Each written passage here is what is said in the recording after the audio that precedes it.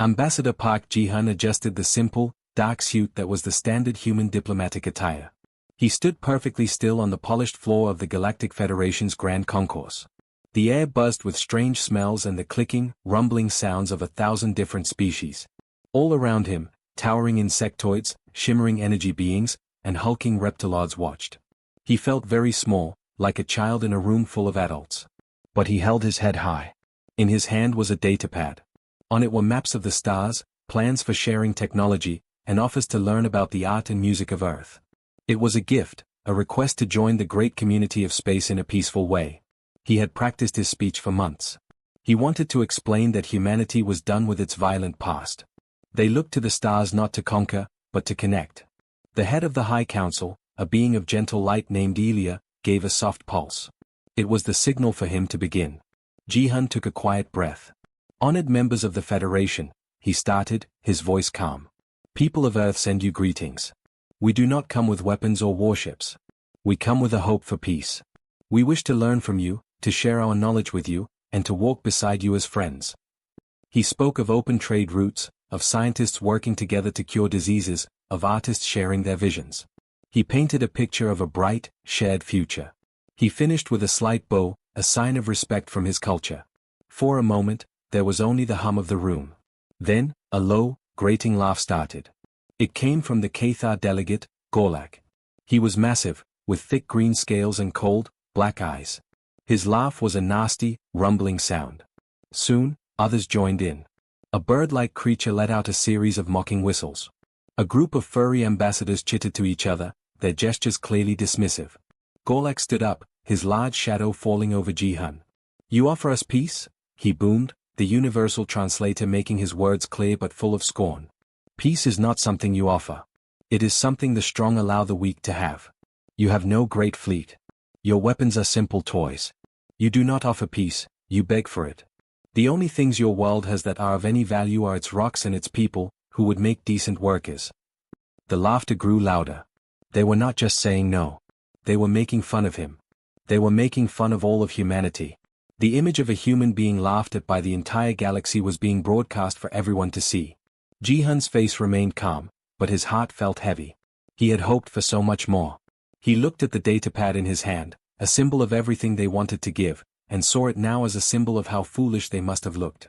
He did not yell. He did not argue. He simply gave a small, formal bow once more. The laughter died down a little, replaced by curious silence. They expected him to fight or to run. He did neither. You have made a mistake, Ji-hun said, his voice soft but clear in the huge room. You have mistaken our choice for weakness. We offered you our open hand. You have chosen to slap it away. Please remember this moment. Then, he turned around. He walked away from the laughing crowd, his steps steady and sure. The sound of mockery followed him out the doors, but he did not look back. The great doors closed behind him, shutting out the noise and leaving the delegates in a sudden, uneasy quiet. 3 standard cycles later, the massive Cathar War fleet dropped out of faster-than-light travel at the edge of Earth's solar system. It was a dark cloud of jagged metal and glowing weapons. On the bridge of the lead ship, the Talon of Conquest, Commander Gorlak smiled. He had requested the honor of this mission himself. It would be an easy victory. A lesson for the weak, noisy humans. A message was sent to Earth. It was short and cruel. Surrender now. Give us your planet and your people. Or we will destroy your cities from space. On Earth, people were afraid. They had seen the broadcast. They knew the fleet was there. But in the control centers deep underground, the mood was different. There was no panic. Only a sad, quiet determination. A young officer named Lee Minitsu sat at her station. Her job was to watch the gravity sensors. She saw the Cathar fleet move. The lead ship, the Talon of Conquest, moved forward to take its place near Mars. It crossed a line that was not drawn on any map. Target 1 is in position, she said, her voice calm. A senior officer, General Carter, nodded. His face was grim. They had their charts. Activate the Sol lens. In space, something impossible happened. The space around Mars seemed to bend. It was like looking through a giant magnifying glass. The light from the sun, which was spread out, was suddenly pulled together into a single, incredibly hot point of energy. This point of focused sunlight touched the Talon of Conquest. The powerful shields of the Cathar ship did nothing. the thick armor did nothing. The beam of pure sunlight cut through the middle of the ship like a knife through paper. For a second, the ship glowed from the inside. Then it broke in half. There was no explosion. Just silent, terrible destruction. On the bridge of another Cathar ship, Commander Gorlak stared at his screen. He could not understand what he was seeing. "What was that?" he roared. "What hit them?" His crew had no answers. Their sensors detected no enemy ships. No energy weapons. Nothing. "Send in the fighters." Gorlak yelled. "Find the enemy. Destroy them." Hundreds of small, fast attack ships flew toward Earth. They moved like a swarm of angry insects. On the moon, in a base hidden under the dust, another officer watched. His name was Kim Jinsu. He saw the fighters coming. He pressed a button. From the surface of the moon, dozens of long, heavy metal rods were launched into space. They were not explosives. They were just solid tungsten, a very heavy metal. They were pushed by small rockets until they were moving faster than anything imaginable. The Cathar fighters saw the rods coming on their sensors. They tried to dodge. It was useless. A single rod, moving that fast, hit with the force of a large asteroid. When it struck a fighter, the small ship simply vanished in a flash of light and energy. It was not an explosion. It was just obliteration. The swarm of Cathar fighters was wiped out in moments. Gorlak watched his entire attack force disappear from his screen. His blood ran cold. He still saw no enemy ships. No human weapons. It was as if space itself was fighting back. It was as if the solar system was protecting Earth. "Retreat," he screamed, his voice full of a new kind of fear. "Get us out of here." But it was too late. The ships trying to turn around crossed another invisible line. More gravity lenses focused. More kinetic rods shot from the moon. One by one, the great Cathar battleships were torn apart. In less than an hour, the mighty invasion fleet was gone. Wiped out. Not a single human life was lost. Not a single human ship had even left its dock. The silence in the underground control center on Earth was heavy. They had won. But no one cheered. Lee Minitzer looked at her screen, now clear of threats, and felt a single tear roll down her cheek. It was a victory, but it felt like a funeral. They had never wanted to teach this lesson. But the galaxy had forced their hand. The silence did not last. Sensor logs and battle recordings, stolen or leaked, spread through the Galactic Federation's communication networks like a virus. On warships and in command centers across 1,000 worlds, military leaders and analysts watched the footage. And they were terrified. They watched the Cathar dreadnought, the pride of an empire, get cut in half by nothing but focused sunlight. They watched swarms of advanced fighters vanish under impacts from silent, invisible weapons. There were no glorious battles, no dogfights, no heroics. It was a clinical, total annihilation. It was less like a war and more like a demonstration. A predator had pounced, and the ground itself had opened up to swallow it whole.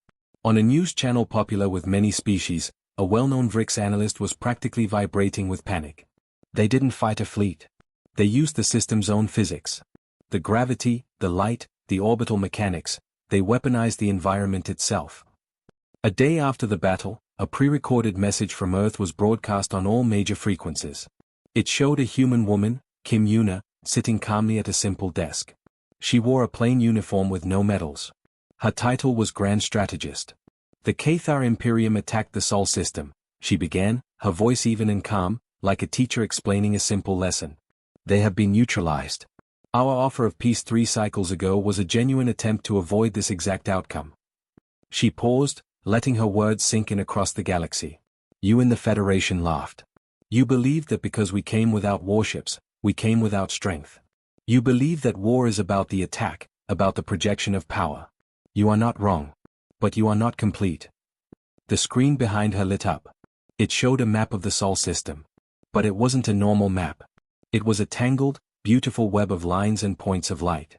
We believe that true strategy is not about how far you can reach, Kim Yuna continued. It is about making your home inviolable. A fortress is not just walls.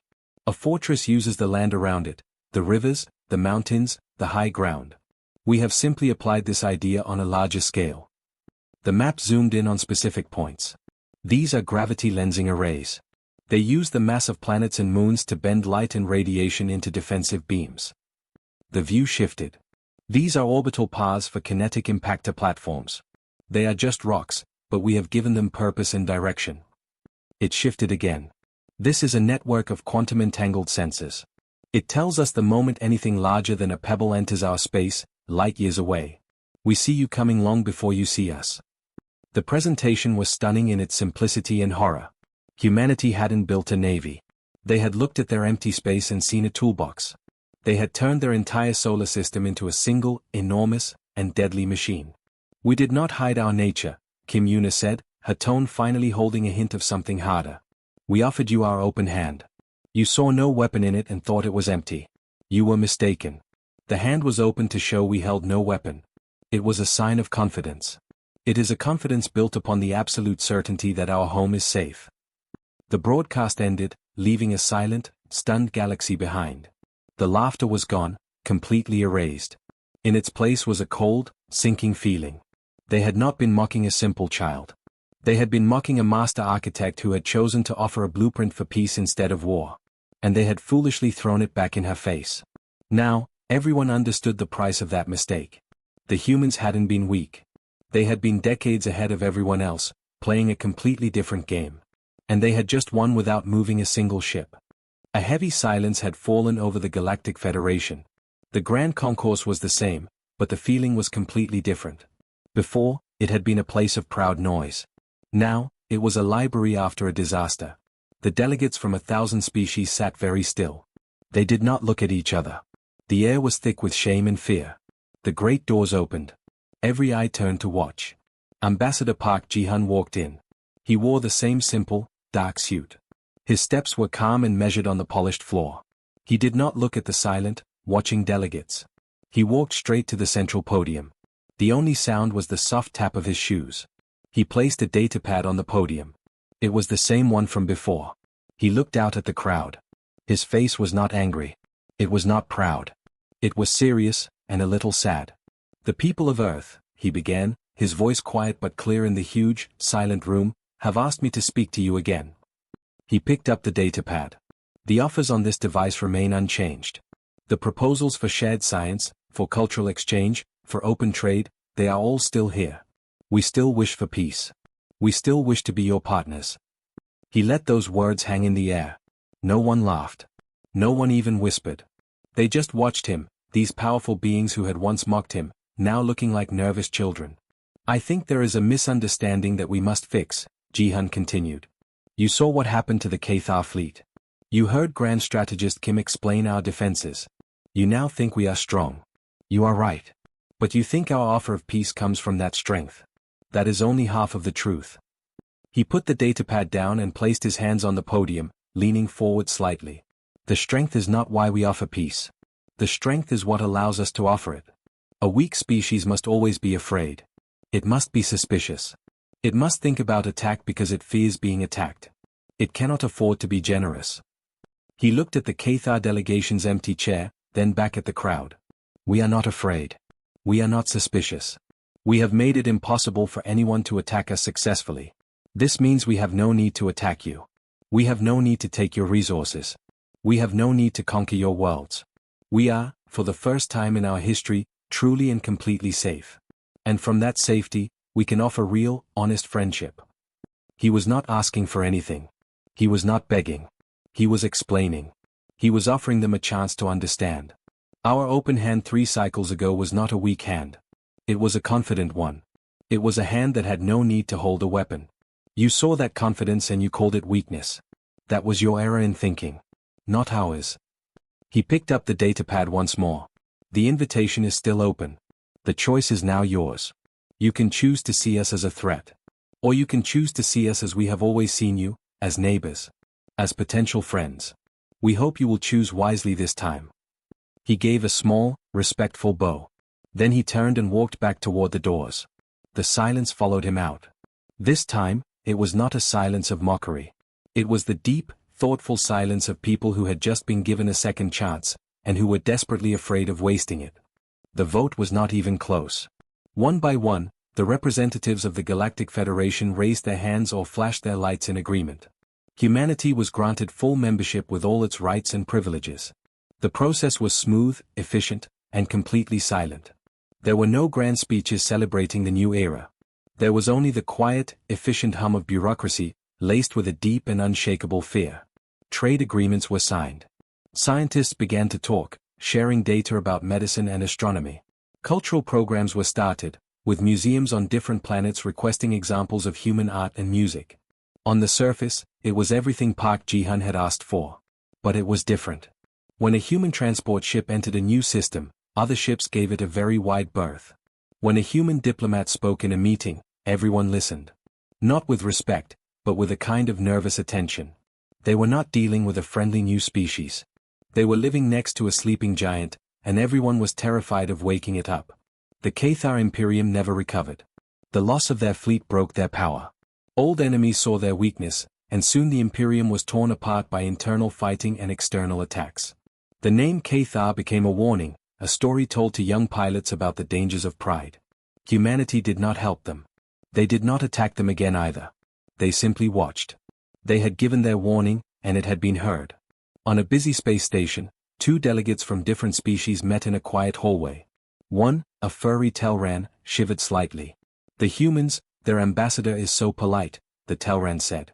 The other, a scaled Slorian, nodded slowly. Yes. Polite. Did you hear what they call their defense strategy? The Sol Fortress Doctrine. Other militaries have tried to copy it. They all failed. You cannot copy patience. You cannot copy a mindset that sees a solar system not as territory, but as a set of tools. The Telran looked down the corridor where a human engineer was laughing with a colleague. The sound was normal, happy. But the Telran flinched at the noise. They seem so normal. That is the most frightening part, the Slorian whispered. They offered us friendship first. We laughed. Now, we must always wonder, was that their only offer? Or was it a test we failed? A new phrase began to be used across the galaxy. It was spoken in quiet tones, in meetings, in ships' lounges. It was a lesson learned from a terrible mistake. Beware the species that is so good at war, they see it as a failure. They tried to give us peace. We laughed at them. The Slorian looked toward the humans again, his voice barely a breath. And now, no one is laughing.